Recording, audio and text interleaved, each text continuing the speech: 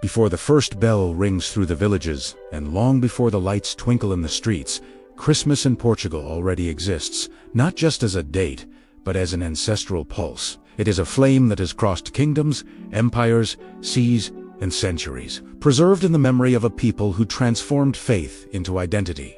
Here, Christmas didn't begin with the nativity scene. It began in the soul. To understand the depth of Christmas in Portugal, one must walk not only through its present-day rituals, but through the long, winding corridors of its Catholic heritage. From the city of Braga, known as the Portuguese Rome, to the tiny chapels clinging to cliffs in Madeira, the soul of this nation has always been shaped by faith. Christmas is not just a holiday. It is inheritance, spiritual, emotional, and deeply lived. The Portuguese people didn't simply adopt Christianity. They wove it into the fabric of their culture. Since the early days of Iberian Christianization, before even the founding of Portugal as a kingdom in 1143, the Nativity of Christ was already being honored through liturgy, music, and folk tradition. One of the earliest and most enduring legacies of Portuguese Christmas is the presépio, or nativity scene. Its introduction is often linked to Franciscan influence, particularly after the 13th century, when Saint Francis of Assisi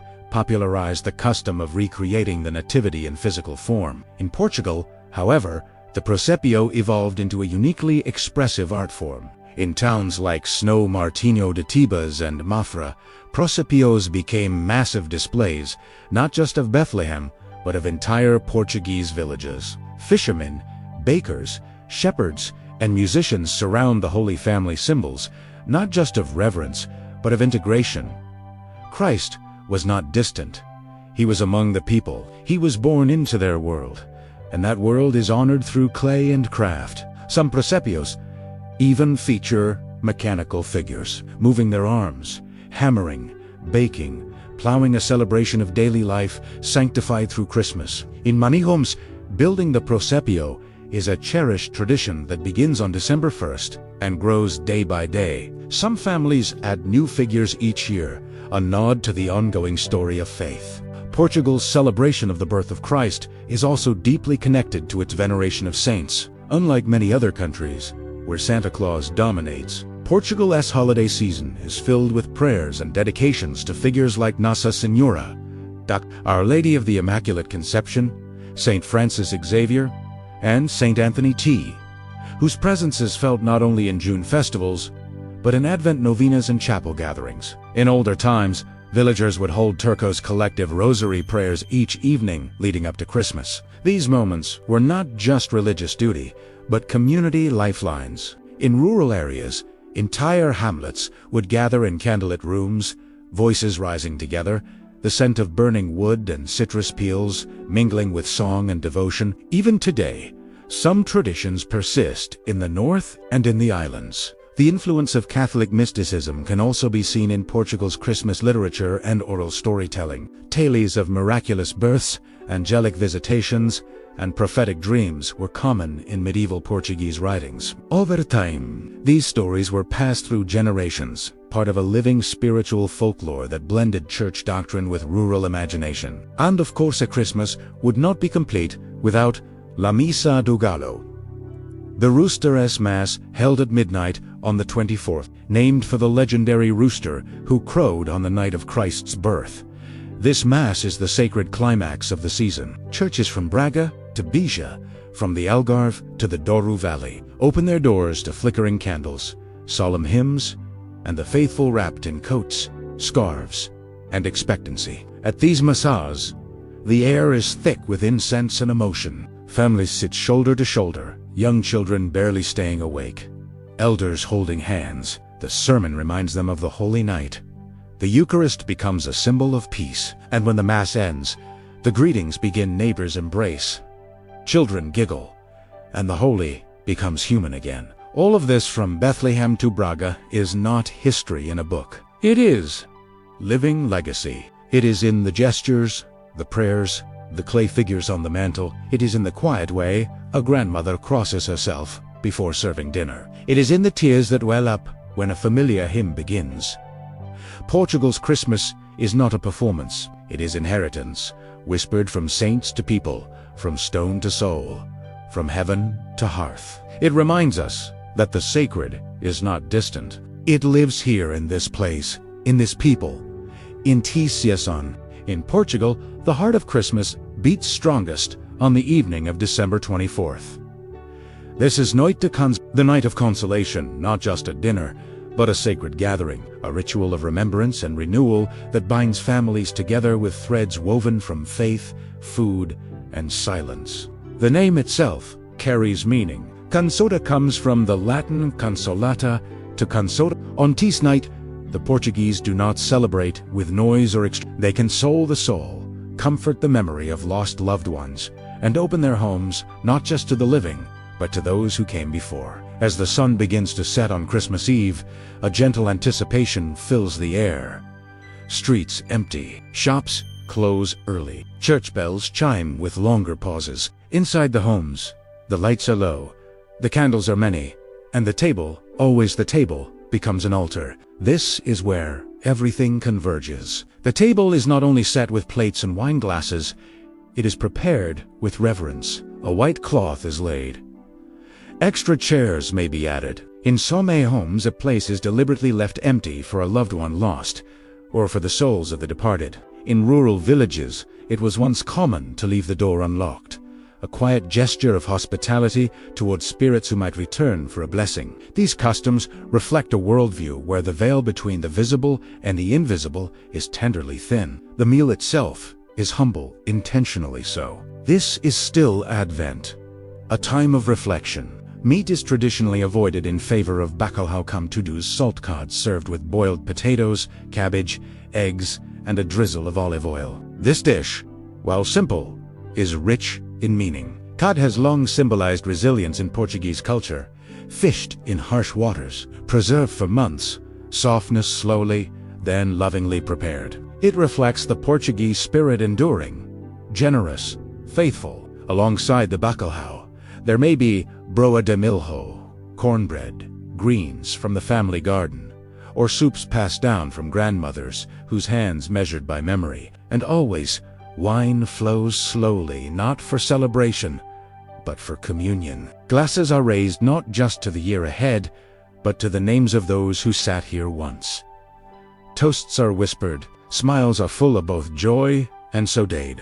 After dinner, the sweet course arrives, and with it, the soft bloom of childhood delight. Rabanadas Portugales, version of French toast, soaked in milk and cinnamon, then fried and shook. Filhos, light and airy fritters, shaped by hand and sprinkled with sugar. Sonhos, literally dreams, puffy fried dough bites that melt on the tongue. These are desserts with memory, made from recipes older than anyone present. Then comes Bolo-Rei, the king cake, a circular bread studded with candied fruits and nuts, often hiding a small charm and a fava bean. Whoever finds the charm is said to have luck for the year. The one who finds the bean must bring next year's cake. Laughter often erupts when the slice is taken too eagerly, or when the bean finds its way to a reluctant guest. But the night does not end with dessert. Shortly before midnight, families wrap in coats and scarves and walk or drive to Missa do Galo, the Rooster's Mass.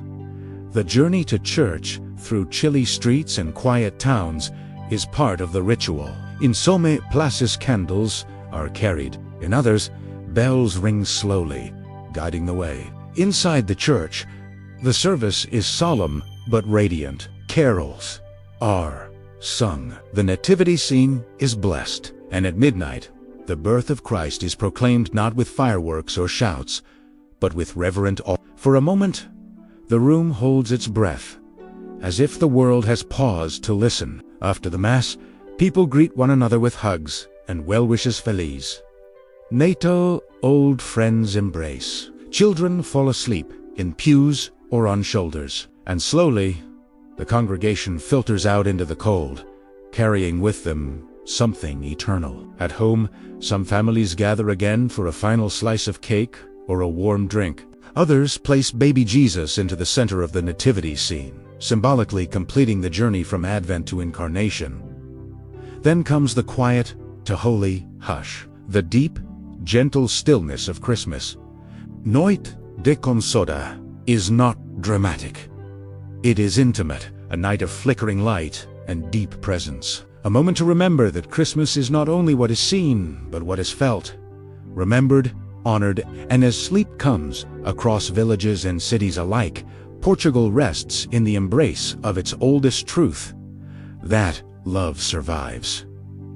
That tradition consoles, and that even in silence, we are never alone. In the early morning hours of Christmas Day, Portuguese children wake not to the sound of jingling bells or reindeer hooves, but to something softer, a sense of wonder, rooted in silence. And when they tiptoe into the living room or kitchen, they don't rush toward stockings hung by the chimney or piles of brightly wrapped boxes. Instead, they look for something smaller, more humble, and profoundly theirs: shoes by the door. Unlike many Western cultures that celebrate Santa Claus as the central figure of gift-giving, Portugal preserves the tradition of Menino Jesus, the Christ child, as the bearer of gifts. In some regions, this figure has evolved to include Pai Natal, Father Christmas, but especially in more traditional families and rural communities. The image of Jesus as the one who gives remains quietly powerful. Children, on the evening of December 24th, place their shoes near the fireplace,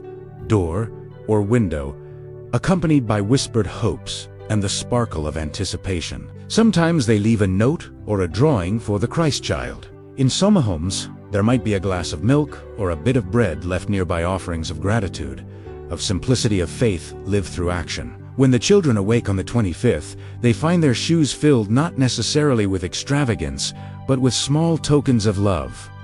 A sweet, a toy, a book, a new pair of socks or gloves. Often, one of the gifts will be something made by hand, crocheted by a grandmother, carved by an uncle, baked by a mother. The message is clear: you are loved. This tradition, though quiet, speaks volumes. It reflects Portugal's deeper values: modesty, generosity, gratitude. Christmas is not about opulence. It is about presence, not presents, about gestures, not quantity. Historically, this practice of shoes and small gifts has its roots in Christian arms. Just as the wise men brought symbolic offerings to the Christ child, Portuguese families teach their children to see gift-giving as an act of humility, not entitlement. In some villages, it was once common for children to leave shoes outside the church after Mass, hoping for a blessing or even a charitable coin or sweet left by a generous neighbor. In the Azores and Madeira, this tradition blended with local customs and seasonal food offerings. Even today, in certain small towns, anonymous gifts appear in the shoes of the elderly or the poor, a quiet extension of community solidarity. And it's not just children who give and receive. Adults, too, participate in a circle of generosity that extends far beyond the family. Neighbors share baskets of figs or bottles of homemade liqueur. Parishioners deliver food to the sick or isolated. Teachers write personal notes to students. Every act, however small, becomes a part of the season's sacred rhythm. What makes the Portuguese way of giving so distinct is that it is rooted in relationship, not performance. The joy comes not from the surprise, but from the meaning. A fruitcake delivered by a friend is a gesture of continuity. A letter from a distant cousin is a thread that ties the present to the past. A hand-knitted scarf is not just warmth, it is memory, woven, and through it all, the figure of the Menino Jesus remains. Quiet, tender, watching over the shoes by the door, not judging, not demanding perfection, but offering grace. Children may not always understand the theology, but they understand the love. And that is enough. Even as modern influences grow stronger and commercial trends reach Portuguese shores, the tradition persists. In cities and suburbs, you'll still find parents gently placing oranges, sweets, or small toys into shoes at midnight. You'll still see old men dropping anonymous coins into paper shoes lined up outside a nursing home. You'll still find shoes by the fireplace, worn, polished, ready waiting, not just for gifts, but for blessing. Because in Portugal, the shoe is more than a container. It is a symbol of humility, of gay, enero city, of a child's faith that something good will come quietly in the night. And that kind of belief, tender, hopeful, silent, is perhaps the most precious gift of all. If you're enjoying it, interact with us. Like, comment with your opinion, and follow world traditions so we can continue making more videos. To sit at a Portuguese Christmas table is to experience a living chronicle, a sensory journey through faith, migration, memory, and affection. Every dish carries a story, every flavor a lineage. This is not just food. This is ritual. Though Noite de Consoada may center around bacalhau, the broader season of Natal in Portugal unfolds with a symphony of sweet and savory traditions, echoing regional diversity and national unity. The dishes may vary from the green hills of Minho to the volcanic slopes of the Azores, but the soul behind them remains feed wheat lao, eat with reverence. The centerpiece for many Christmas tables is, of course, the beloved bacalhau com to-do's salt cod, with all the essentials: potatoes, cabbage, carrots, hard-boiled eggs, and drizzled olive oil. This dish is a paradox, humble yet essential, simple yet deeply symbolic. Bacalhau has sustained the Portuguese for centuries through famine, through faith, across oceans and at Christmas. It becomes a sacred centerpiece. It whispers resilience, speaks of oceans crossed, and tells the story of a people who learned to preserve, prepare, and honor what the sea provides. But after the bacalhau, the sweetness begins. The Portuguese desert table at Christmas is a festival of textures and traditions. Each bite is a return to the grandmother's kitchen, the warmth of firewood, the sound of lullabies sung over boiling sugar. Rabanadas, the Portuguese version of French toast, are among the most iconic. Slices of bread soaked in milk, egg, cinnamon, and often wine or orange zest, fried to a golden crisp, then drizzled with syrup or sprinkled with sugar. It's a dish of poverty turned to poetry, born from necessity, elevated by care. Next come the filhos light, airy fritters often twisted or shaped in spirals, fried and coated in sugar or honey. Some families flavor them with orange, others with aguardiente. Every household swears by its own method. The process of making filhos is often communal, with generations gathering to shape and fry dozens, laughing as dough sticks to fingers and the kitchen fills with the scent of fried joy. Sonhos, or dreams, are similar, but puffier small clouds of dough that melt in the mouth. Their name alone captures the essence of Christmas in Portugal: ephemeral, soft, sweet, something that touches the soul and vanishes with warmth. Then there's Bolo-Rei, the king cake. Its round shape, jeweled with candied fruits and nuts, symbolizes the crowns of the Magi. Hidden inside is a charm and a broad bean.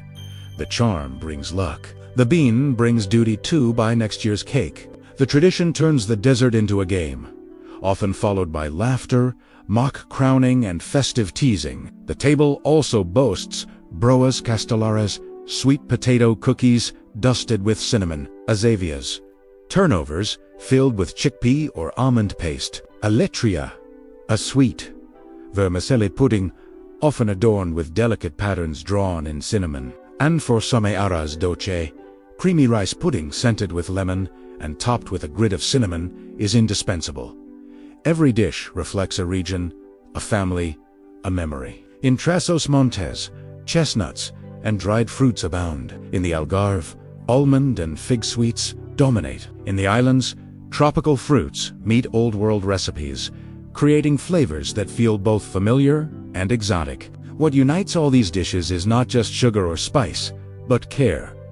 Nothing is rushed. Recipes are not merely followed, they are honored. Often, they're not written down, but passed on orally, with pinches, handfuls, and intuition guiding the way. And behind the flavors, there is always community. These meals are not consumed in silence or haste. They are shared slowly, with multiple generations around the table. Stories flowing as freely as wine. A piece of Bolo-Rei is never just a dessert, it's a continuation of memory. A reminder of who used to slice it, who used to hide the bean, who laughed the loudest when they became king for the day. In Portugal, the sweetness of Christmas is not in the abundance, but in the intention. It's in the time taken to knead, to fry, to stir. It's in the old cloth napkins, the chipped ceramic bowls, the familiar scent that only comes once a year. The Mesa Portuguesa is not just a place to eat. It's where stories are told, Grief is gently named. Love is reaffirmed, and the sacred becomes edible. And when the plates are empty, the coffee poured, and the laughter quiets down, there's one lingering flavor that remains long after the sugar fades. Gratitude. If the Portuguese Christmas table nourishes the body, then its music, liturgy, and pageantry nourish the soul.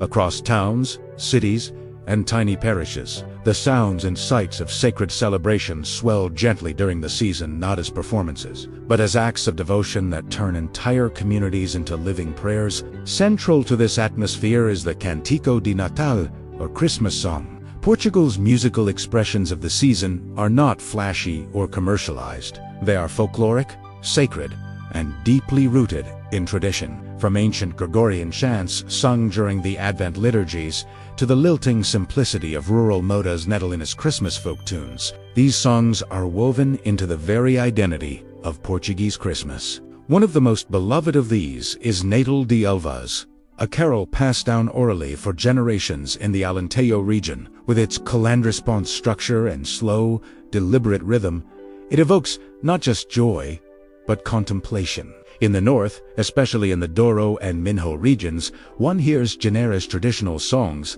sung after the new year, when groups of singers or Janeiros go from house to house, offering blessings in exchange for food, wine, or sweets in every corner of the country. The Missa do Galo, Midnight Mass, is the spiritual climax of Christmas Eve, named for the rooster that, according to legend, crowed at midnight to announce Christ's birth.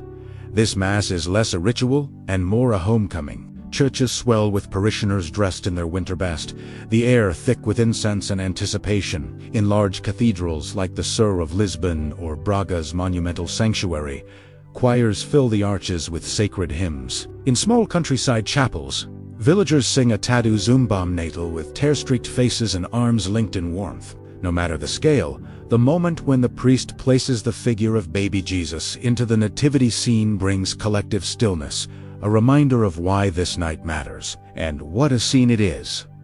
Portugal's presépios are more than decorations. They are art, theology, memory, and community, sculpted in clay, wood, cork, or even stone. In every home and church, a nativity scene takes center stage.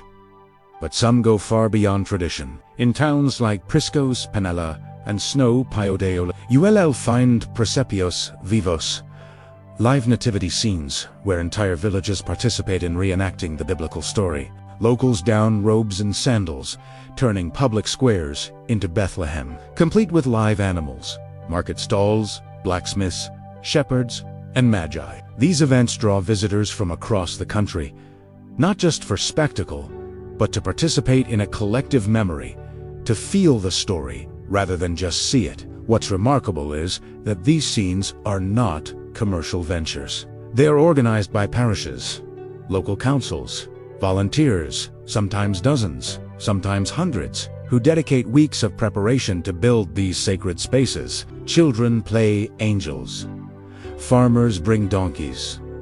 Retired artisans craft intricate props. The community doesn't just depict the birth of Christ, they offer it as a gift. Even in schools, children rehearse Christmas pageants that include readings from Scripture, poetic retellings, and carol performances that blend tradition with childlike wonder. In universities, choral groups often hold concertos de Natal, combining classical compositions with popular carols. In cathedrals and theaters, these performances, though refined, maintain a soulful intimacy. In smaller parishes, it's not unusual for local musicians to bring guitars and accordions into church, adding a folk flavor to hymn. The boundaries between sacred and cultural dissolve, allowing faith to flow freely through sound and gesture. The visual language of the season also speaks volumes. Churches are adorned with evergreen branches, candles, and stars. Many altar rails are wrapped in white cloth, representing purity and new birth. The figure of the Virgin Mary,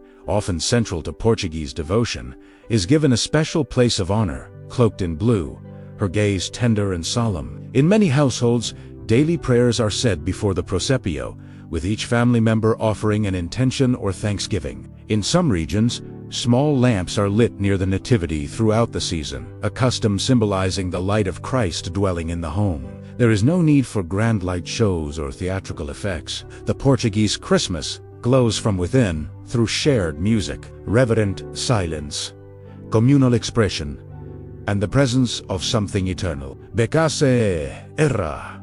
The story of Christmas is not told from a distance.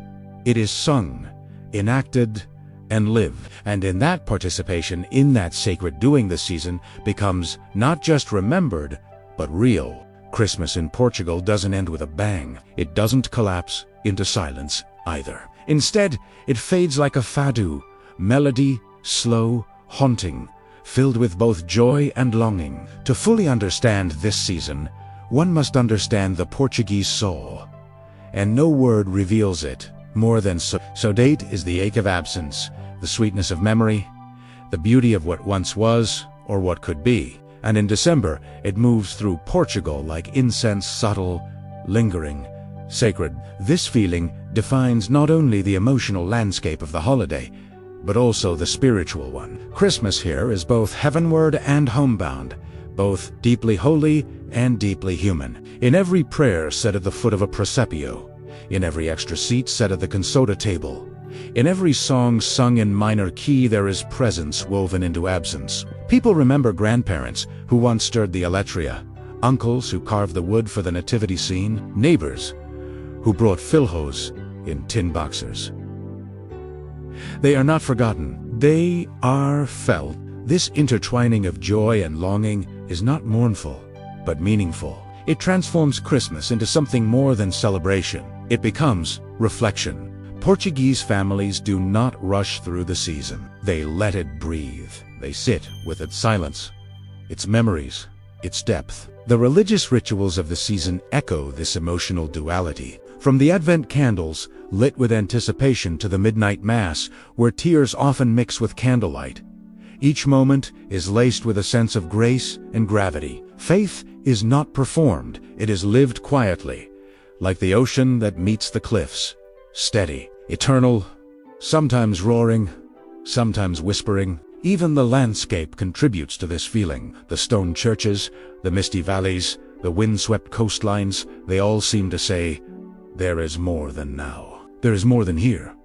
And Christmas becomes a way to access that something more. Children, too, are taught to feel this rhythm. They may giggle at the Ruskin bean or run outside after the Missa do Gallo, but they also learn to lower their voices when prayers are said.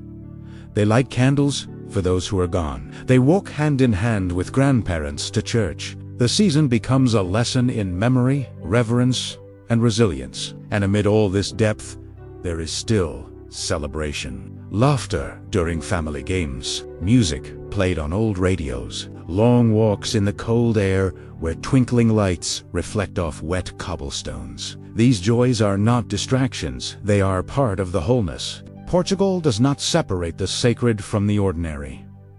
It knows they live together. Even after December 25th, the season lingers. In the days that follow, families visit, children sing, and the spirit of Natal ripples through each town like a bell that hasn't quite stopped ringing. Epiphany, on January 6th, marks the traditional close, but many hearts carry the light further. In some homes, the presépio is left up until Candlemas in February, a final nod to the endurance of the sacred in everyday life. And by then, the nativity scene is not just a decoration.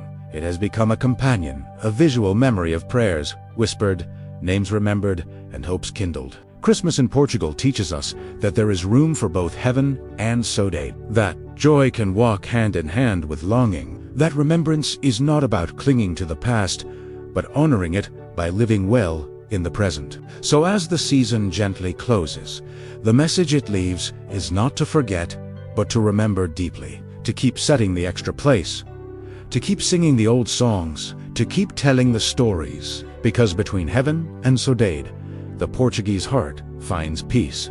As the season draws to a close and the last candle flickers on the windowsill, the spirit of Portuguese Christmas doesn't vanish. It settles in. It tucks itself into the folds of memory, lingers in the scent of cinnamon on an old dish towel, echoes in the lull of a half-remembered carol. Here, in Portugal, the light of Christmas doesn't go out. It is simply carried forward. It glows in the small moments, a father lifting his child to place the final star atop the presépio, a grandmother humming softly while she folds linens, a young couple walking home under misty street lamps after midnight mass. The extraordinary beauty of Christmas in Portugal lies not in grand displays, but in its quiet endurance. Faith here is not something worn like a festive costume. It is embedded, gently present in the rhythm of life. And so, too, is Christmas. Even long after the 25th has passed, the lessons remain. Generosity without expectation, reverence for those no longer present, and the sacred power of sitting around a table in love and remembrance. Portugal teaches us something rare, that the most enduring traditions are not kept alive by noise, but by devotion. That to celebrate well is not to dazzle, but to honor. And that joy, when held tenderly, can live alongside longing without losing its light. So when the tree is packed away and the last slice of Bolo-Rei is sared, something deeper remains. A whisper that says, be still, be grateful, be kind, continue. Because the light that Portugal kindles each December in its churches, in its kitchens, in its songs, is a light that never truly goes out. If this story of Portuguese Christmas touched your heart, you can help us preserve and share more of these timeless traditions. Like this video to support cultural storytelling. Comment below where you're watching from and share a Christmas memory. Subscribe to World Traditions to keep journeying with us through the world's most beautiful rituals. Tomorrow, we travel again. But tonight, let this light stay with you, soft, steady, and sacred.